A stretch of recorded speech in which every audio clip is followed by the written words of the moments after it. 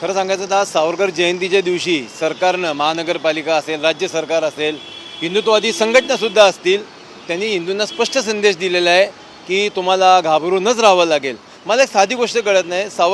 माफ करा, सारसबाग हे गणपतीचं मंदिर आहे, त्या नावाने ओळखलं जातं, त्यासाठीच असतं. मुस्लिम समाज तिथं वर्षभर येतो काही ना काही निमित्ताने, कधी कोणी नाही म्हणत नाही.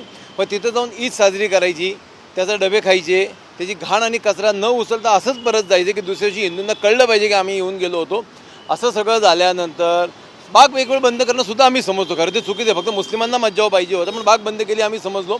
पण आज मंदिर कशासाठी बंद केलं हे तुम्हाला तर एवढी का भीती वाटते? कोणाची भीती वाटते? प्रशासनाला, राज्य सरकारला?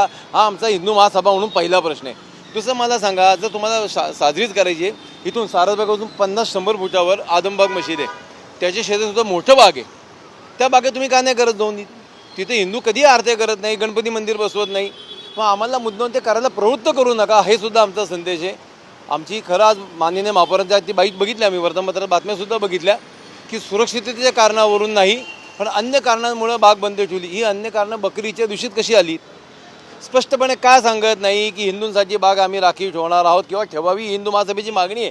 अन्यांना प्रवेश मिळणार नाही, सणाच्या दिवशी तर नाहीच नाही. पण असं करताना आज आमच्या गणेश भक्तांवर जो अन्याय झाला आहे, मंदिर बंद ठेवण्यात आलं, मला असं वाटते पहिल्यांदा घडलं असेल, देशाच्या इतिहासात पहिल्यांदा घडलं असेल की ईदच्या दिवशी मंदिरसुद्धा बंद करण्यात यावी. आम्ही सर्वप्रथम ह्या गोष्टीचा निषेध करतो आहे. प्रशासनानं पुढच्या वेळेस होणार नाही याचीही काळजी घ्यावी, हिंदूंच्या भावनांची काळजी घ्यावी अशी आमची इच्छा आहे.